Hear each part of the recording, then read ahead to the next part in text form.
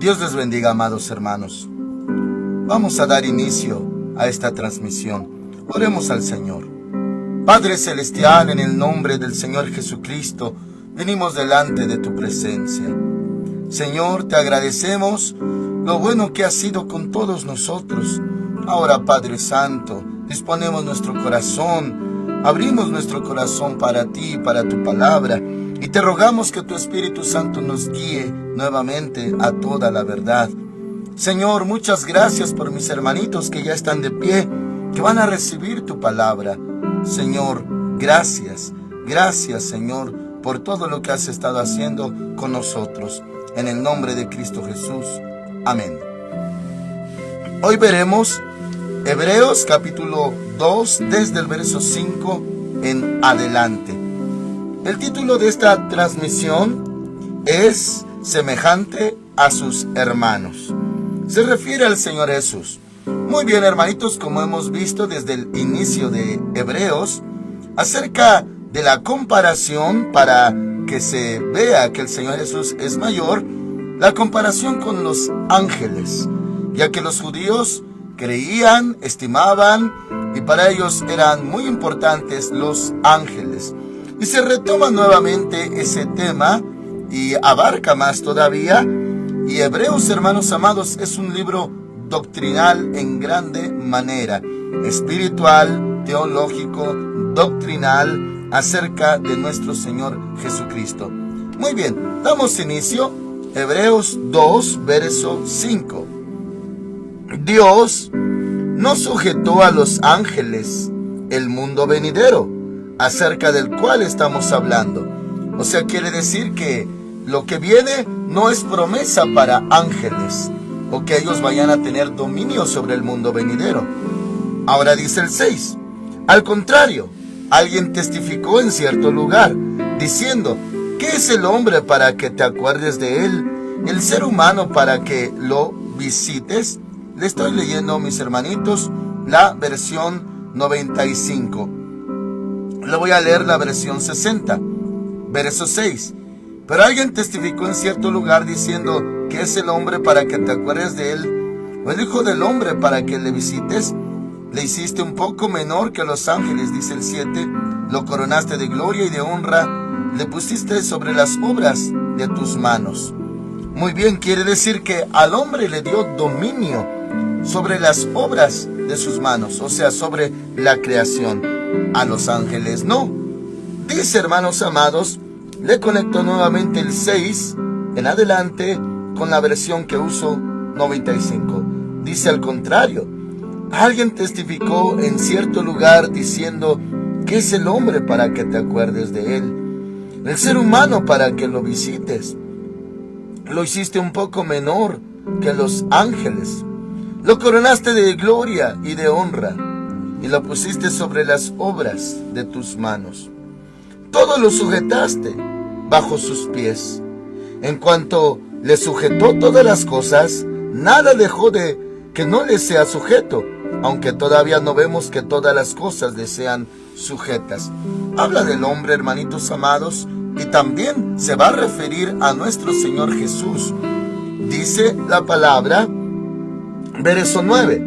Pero vemos a aquel que fue hecho un poco menor que los ángeles, a Jesús. Muy bien, antes de continuar, le especifico, hermanitos, cuando la palabra de Dios toca este punto, generaliza de que el hombre humano fue hecho poco menor que los ángeles. Es verdad. Sin embargo, también esa misma escritura se aplica para el Señor Jesús. ¿Por qué? Porque el verbo se hizo carne, se hizo humano. Entonces, hermanos amados, por eso aquí va a ser referencia del Señor Jesús en cuanto a esa cita. Dice, pero vemos a aquel que fue hecho un poco menor que los ángeles, a Jesús, coronado de gloria y de honra, a causa del padecimiento de la muerte, para que por la gracia de Dios experimentara la muerte de todos. Usted sabe que Él ocupó nuestro lugar y que sufrió mucho y hasta la muerte y muerte de cruz. Habla de nuestro Señor Jesús. Ahora dice el verso 10. Convenía a aquel por cuya causa existen todas las cosas y por quien todas las cosas subsisten, que habiendo de llevar muchos hijos a la gloria, perfeccionara por medio de las aflicciones al autor de la salvación de ellos, o sea, al Señor Jesús. Dice que fue perfeccionado por medio de las aflicciones al autor de nuestra salvación. Es el Señor Jesús. Y también, hermanitos, en este libro de Hebreos se va a tocar en varias ocasiones el tema de las aflicciones que Él tuvo que pasar para salvarnos.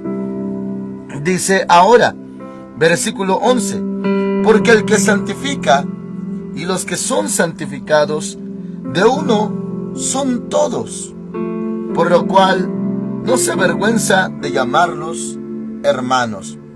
Muy bien, mis hermanitos, tal vez para algunos vaya a sonar algo extraño lo que menciona aquí, y es entendible, hermanos amados. Conforme a la Escritura, y solamente porque aquí lo menciona, el Señor Jesús así nos ve, aunque para nosotros siempre Él es nuestro Salvador, el Santo Hijo de Dios. Hermanitos, tanto se humilló el Señor Jesús a sí mismo, haciéndose carne, hombre, haciéndose siervo, haciéndose obediente hasta la muerte y muerte de cruz, que también, hermanitos, nos llama hermanos. Así nos llama el Señor. Claro que en los evangelios, en ciertas historias bíblicas, de allí les dice hijitos míos. Les decía a los discípulos, por ejemplo, cuando resucitó y era la tercera vez que se presentaba con ellos: hijitos, ¿tenéis algo de comer? O hijitos, traed lo que habéis pescado. Y les decía hijitos. Pero sin embargo, aquí llega a mencionar, y esto de ninguna manera es contradicción, dice, versículo 12, diciendo: anunciaré a mis hermanos tu nombre, en medio de la congregación te alabaré. Le conecto ahora el 11 con el 12. Porque el que santifica y los que son santificados de uno son todos, por lo cual no se avergüenza de llamarlos hermanos, diciendo: anunciaré a mis hermanos tu nombre en medio de la congregación. Así nos llama, mis hermanitos. Bueno, nosotros vamos a batallar mucho en decirle nuestro hermano. No, mis hermanitos, claro, yo mismo lo entiendo. Él es nuestro Salvador. Él es el Hijo de Dios. Él es el Santo de los santos. Él es el Cordero de Dios que quita el pecado del mundo. Su nombre es maravilloso. Su nombre es Jesús.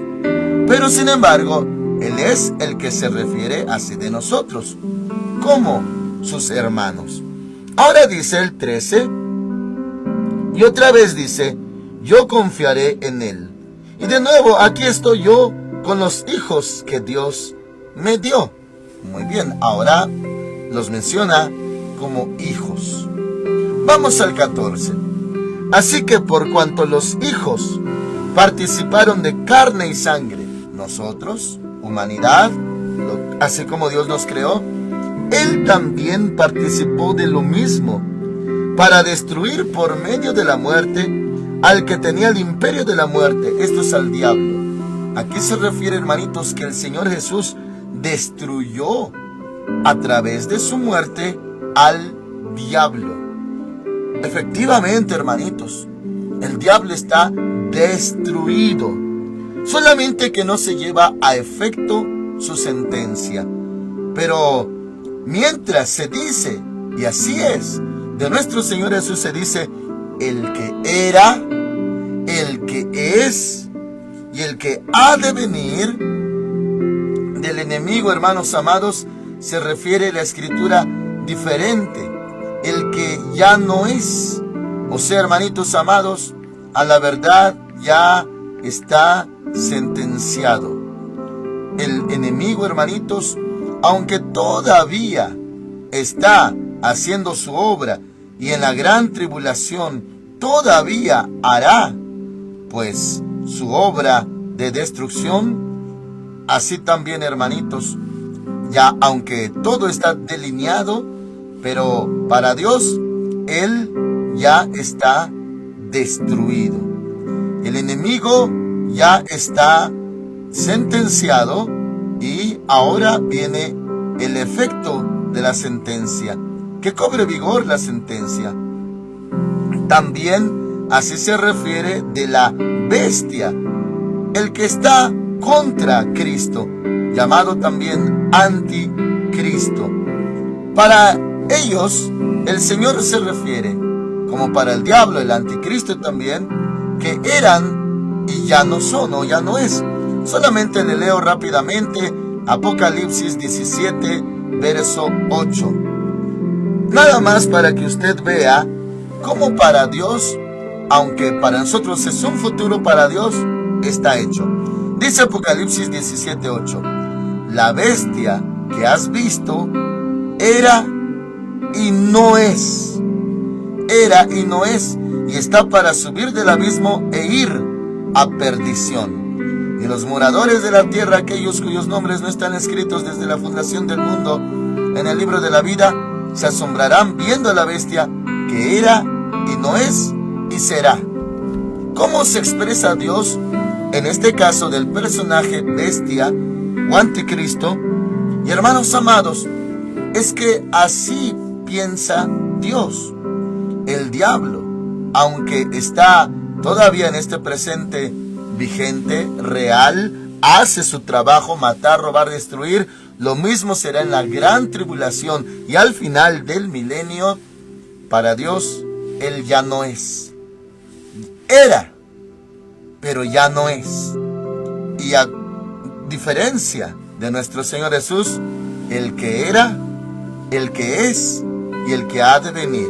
El que es, y el diablo el que no es. El anticristo no es.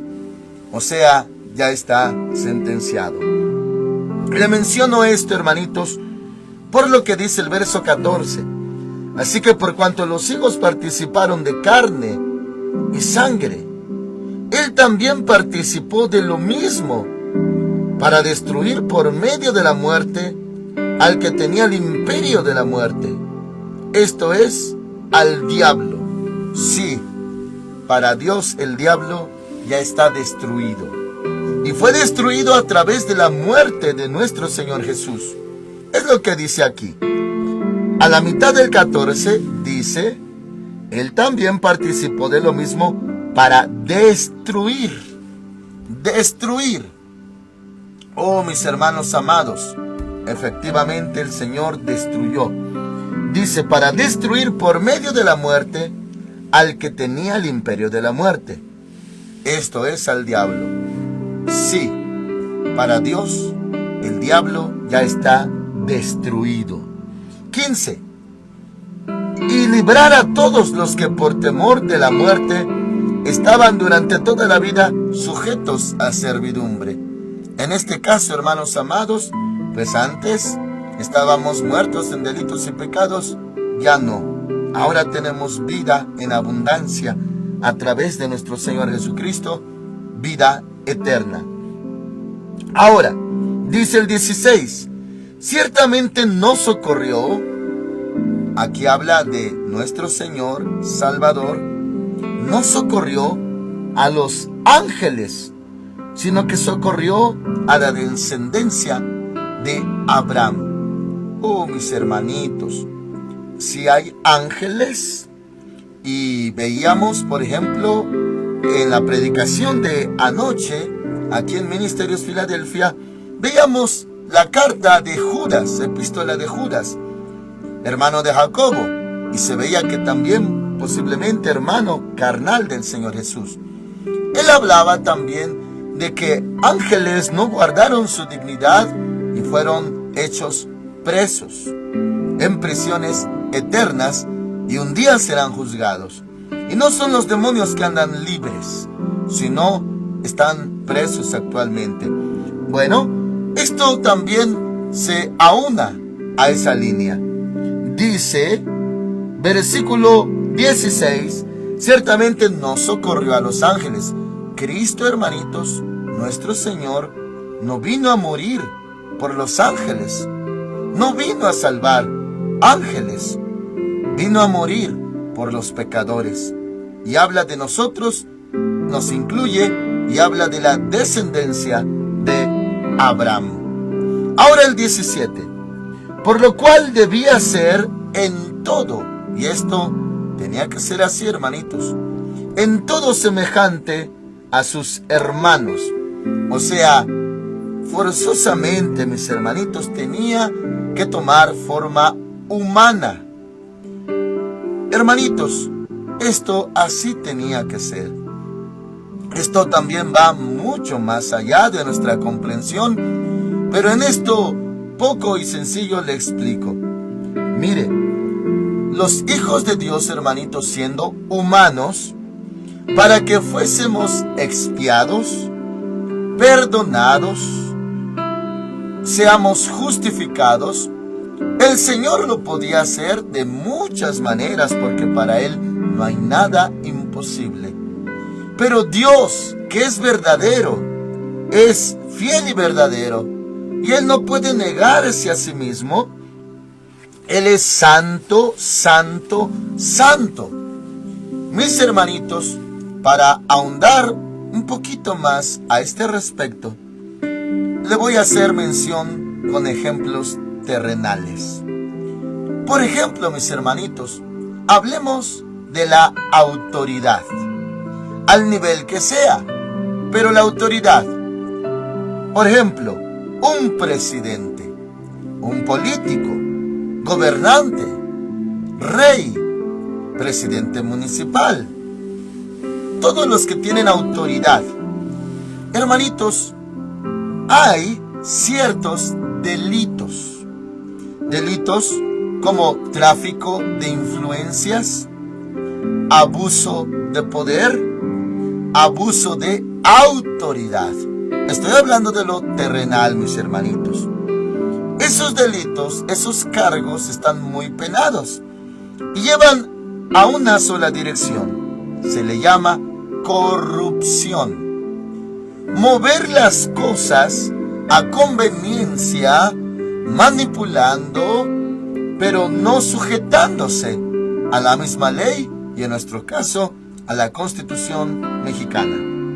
Entonces, mis hermanitos, si algo sucede y no se apegan a la ley, sino que a través de abuso de autoridad, mal uso de su autoridad o incluso tráfico de influencias, resuelven un problema, se les llama entonces corruptos. Están en corrupción. ¿Por qué? Porque manipularon todo a su conveniencia o incluso a necesidades fuera de su conveniencia.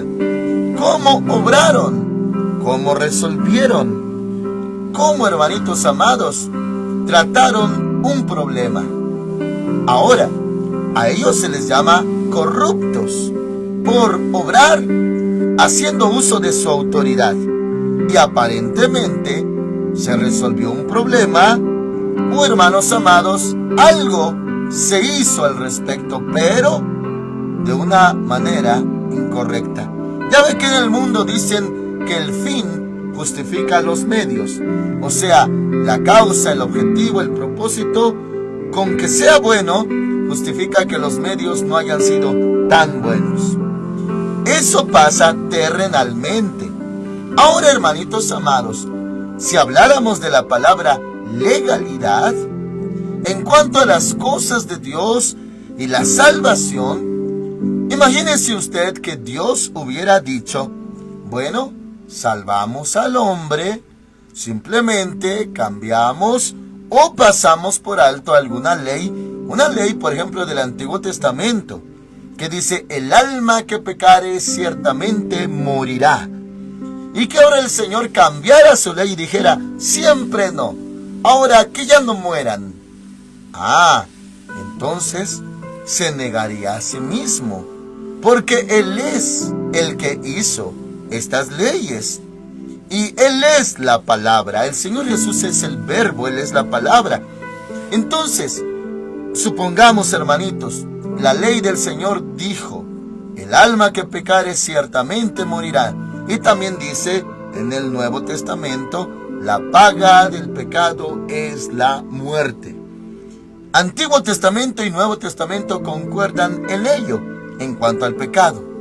Ahora, si el Señor dijera: oh, los amo tanto, si han pecado, y está estipulado que mueran por esos pecados, que la paga del pecado es la muerte, pues vamos, por causa del amor que les tengo, vamos a cambiar la ley, abrogarla, abolirla, para que ya no mueran, porque yo los amo mucho. ¿Eso qué sería, amados hermanos? Con estos ejemplos mencionados, sería también como eso: abuso de autoridad. Y, hermanitos amados, pues diríamos también corrupción. Pero eso es imposible, porque el Señor es incorruptible, es santo, santo, santo, perfecto en todos sus caminos. O sea, el diablo mismo podría tener argumentos: ah, mira, cambiaste tu ley, cambiaste la legalidad que tú mismo dispusiste porque amas a los humanos. Ah, eso es trampa, eso es abuso de autoridad. Hasta el enemigo mismo tendría argumentos contra Dios. Pero es imposible, hermanos, porque Dios es santo. Entonces, por eso era necesario que entrara esta legalidad. O sea, no solamente, por así decir, sin haber nada de por medio, los va a perdonar, sino que sí va a haber un pago. Y esto se cobra en la persona de nuestro Señor Jesucristo. Él murió por nuestros pecados. Así que por eso dice el verso 17, Hebreos 2:17, por lo cual debía ser en todo nuestro Señor Jesús semejante a sus hermanos, hablando de todo, carne, alma, todo, hermanitos amados. Dice: para venir a ser misericordioso y fiel. Ahora va a decir sumo sacerdote. Más adelante en el libro de Hebreos, aquí mismo, va a hablar que es superior a los sacerdotes del Antiguo Testamento. Y en sí, el libro de Hebreos trata de enseñarle, precisamente como vimos al inicio, hebreos, israelitas, judíos, que el Señor Jesús es mayor, mayor que los ángeles, mayor que los sacerdotes y mayor que Moisés. También veremos eso aquí en este libro. Le conecto entonces, 17. Por lo cual debía ser en todo semejante a sus hermanos, para venir a ser misericordioso y fiel sumo sacerdote. Jacoen Gadol, en hebreo, sumo sacerdote. Dice, en lo que a Dios se refiere, para expiar los pecados del pueblo. Era necesario que se pareciera 100% a nosotros, para poder, hermanitos, ser nuestro sumo sacerdote y expiar, lavar, perdonar todos nuestros pecados. O sea, cualquiera diría o pensaría en su mente racional, carnal, pues simplemente que diga que ya estamos perdonados y punto. ¿Qué necesidad había de mandar a su Hijo Jesús a la tierra? Oh, mis hermanitos amados, pero Él es fiel. Él no puede negarse a sí mismo, no puede negar su palabra. Es imposible que niegue su palabra y la ley que Él mismo estableció. Por eso dijo el Señor Jesús: yo no vine a abrogar, a abolir la ley, yo vine a cumplirla. No vino a quebrantar la ley, vino a cumplir todo lo dispuesto. Entonces, mis hermanitos, pues tan fácil era que el Señor dijera: los perdono y ya, quito la ley y los amo tanto, así que ya no los voy a sentenciar conforme a mi ley dispuesta. No, mis hermanitos, todo tenía que cumplirse y se cumplió en nuestro Señor Jesús. Se dice, hermanitos, en varias ocasiones, se ha predicado en muchos lados, que la salvación es gratuita. Bueno, vamos a entenderlo plenamente.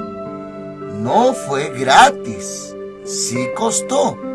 Sin embargo, es gratuita para nosotros, porque no pagamos nada. El alma que pecare ciertamente morirá, y resulta que ahora tenemos vida eterna. Fue gratuito para nosotros, pero en general no fue gratuita la salvación. Él la pagó con su sangre preciosa, dando su vida. Hermanitos amados, aquí hago una reflexión importante. Y voy a hacer un contraste, comparación de los pensamientos, corazón de Dios, y en este caso de nuestro Señor Jesucristo, con el corazón nuestro. Comienzo hablando de nuestro corazón. En nuestro corazón, hermanitos, tenemos también pues nuestro entendimiento, nuestro ser, raciocinio, y pensamos, y también tenemos voluntad. Nosotros pensamos de nuestra vida, y así lo llamamos, nuestra vida. ¿Qué vamos a hacer con nuestra vida? Pensamos en un futuro, proyectamos, planeamos, planificamos de lo que vamos a hacer, pensando en nuestro futuro por venir y, pues claro, hermanitos, en nuestro bienestar. Todo dirigido hacia nosotros. Eso en nuestro corazón. Pero Él, cuando vino a la tierra, tomó forma humana a través del vientre de María y los cromosomas de María. Hermanos amados, su corazón, su voluntad, su determinación nunca fueron para Él. ¿Qué va a vivir? ¿Dónde va a vivir? ¿Qué va a comer? ¿Qué va a vestir? ¿Dónde va a viajar? ¿En qué va a viajar? No, hermanitos. Él vino a vivir por nosotros y a morir por nosotros. Me refiero, no vino a vivir para sí mismo, que tenía un porvenir también en su corazón, un anhelo, quiero esto, anhelo esto, quiero vivir esto, alcanzar esto, sentir aquello. No, todo fue en su mente, en su corazón, en todo su ser, pensando en nosotros. Si va a tomar forma humana, es por nosotros. Si va a hacerse siervo, era por nosotros. Si va a ser obediente hasta la muerte y muerte de cruz, por nosotros. Va a sanar enfermos por amor a ellos. Va a resucitar muertos por amor a ellos. Si va a viajar, si va a estar en la barca viajando, si va a llegar a un lugar, nada era para Él, hermanitos, nada. Nada era para su conveniencia o bienestar. Todo lo hizo por nosotros. Y hermanitos, cuando llegó la hora, la noche que fue entregado, todo eso era para nosotros, por nosotros y para nosotros. Nada era para Él.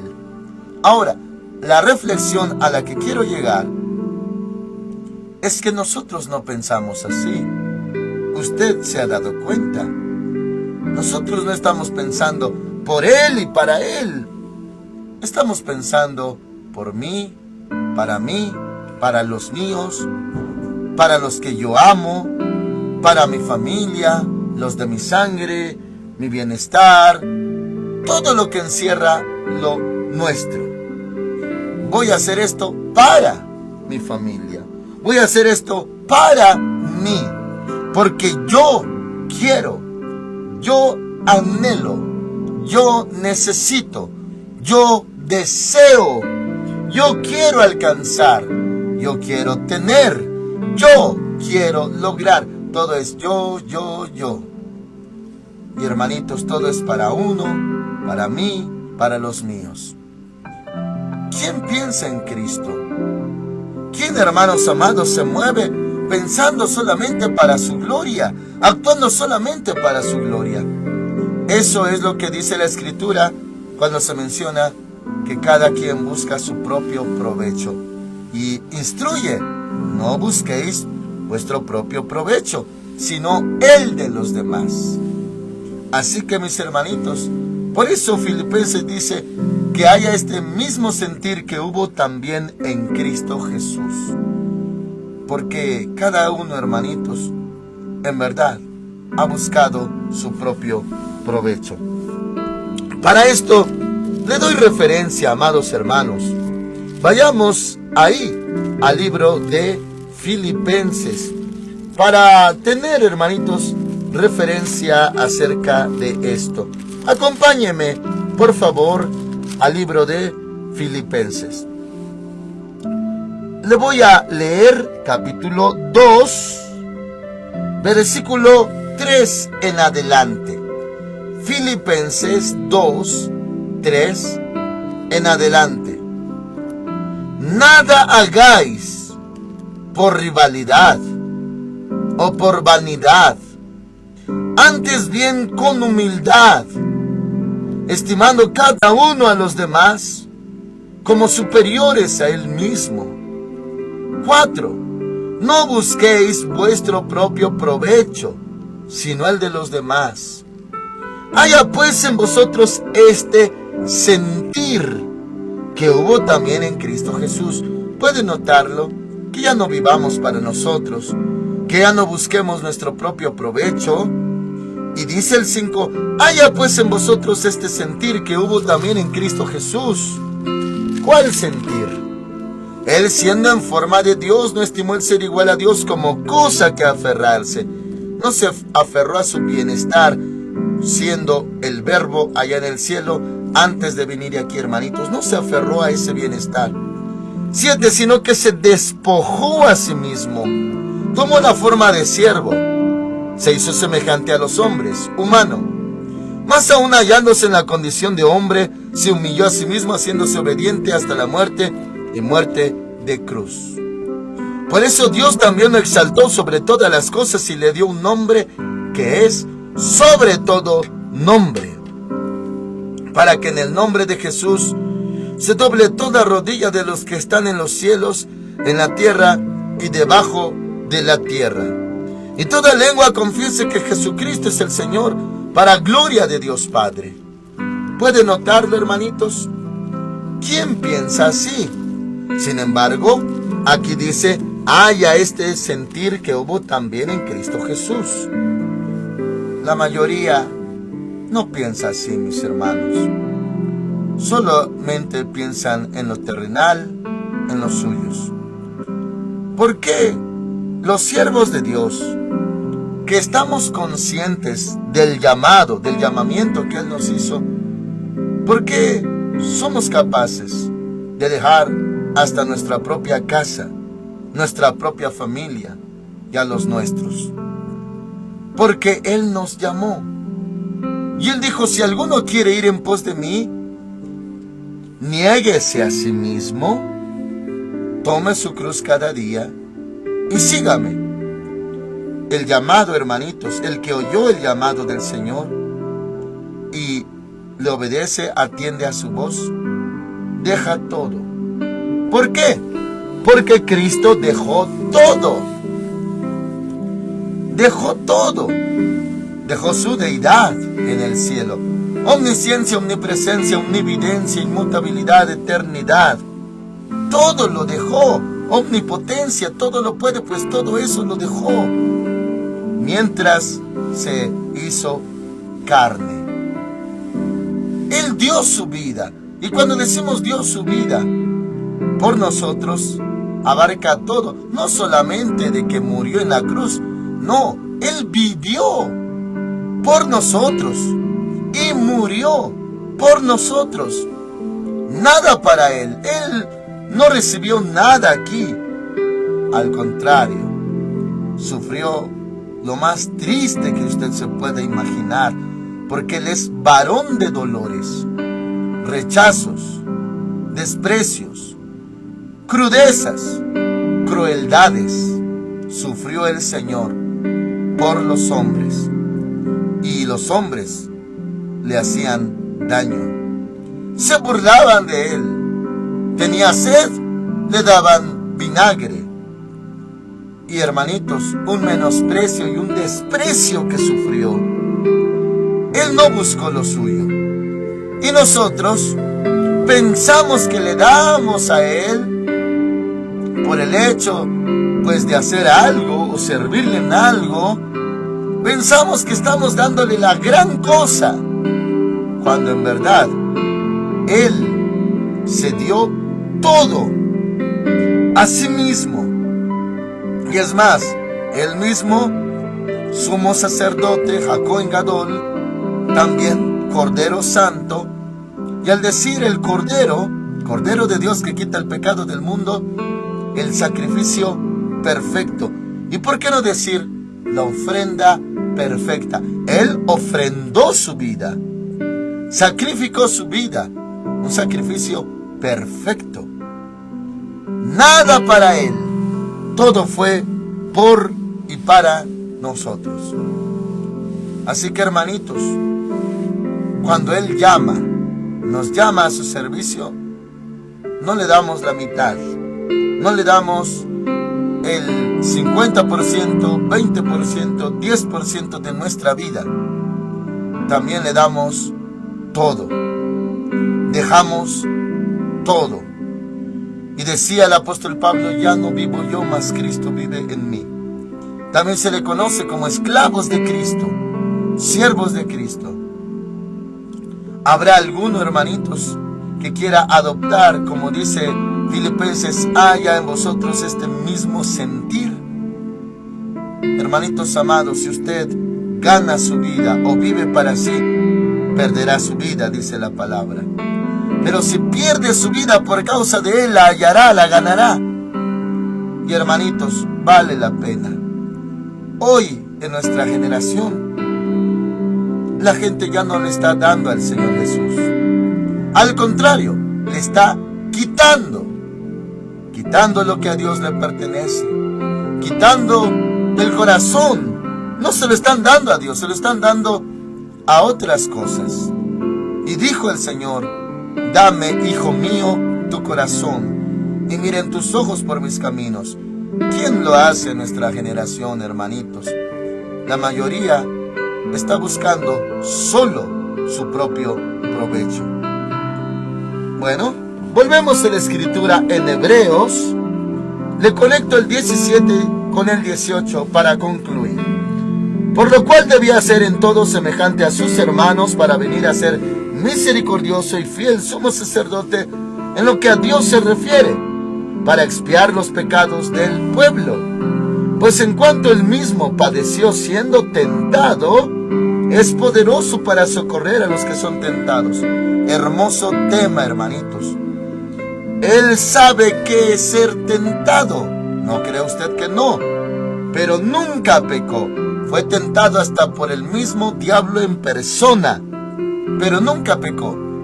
Pero al mencionarlo de esta manera, quiere decir, y lo voy a simplificar lo más posible, Él sabe lo que se siente ser tentado, lo que siente el humano cuando es tentado, porque Él mismo lo padeció.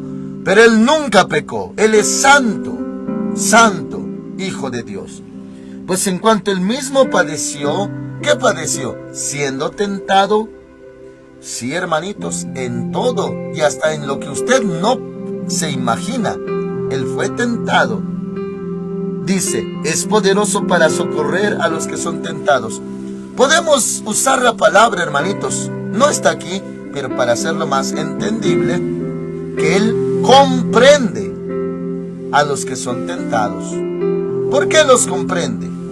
Porque Él fue tentado en todo. Por eso dice, es poderoso para socorrer a los que son tentados. Los que son tentados, Él los puede socorrer, los puede ayudar y, ¿por qué no?, también los puede perdonar.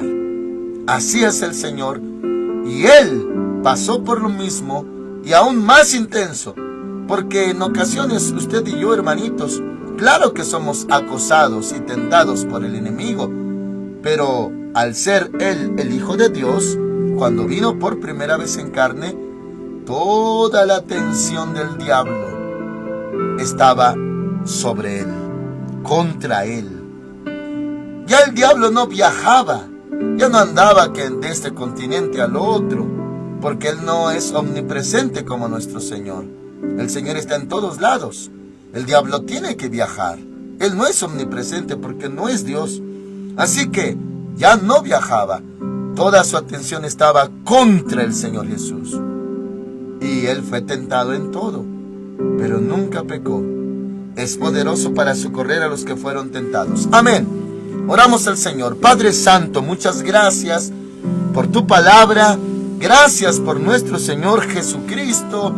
Gracias, Señor, por darnos esta enseñanza hoy.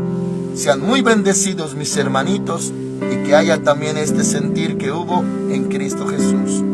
Gracias por sus vidas. Sean muy bendecidos mis hermanitos en este día, en ese nombre que es sobre todo nombre. Amén. El Señor Dios Todopoderoso con ustedes, hermanitos. Amén.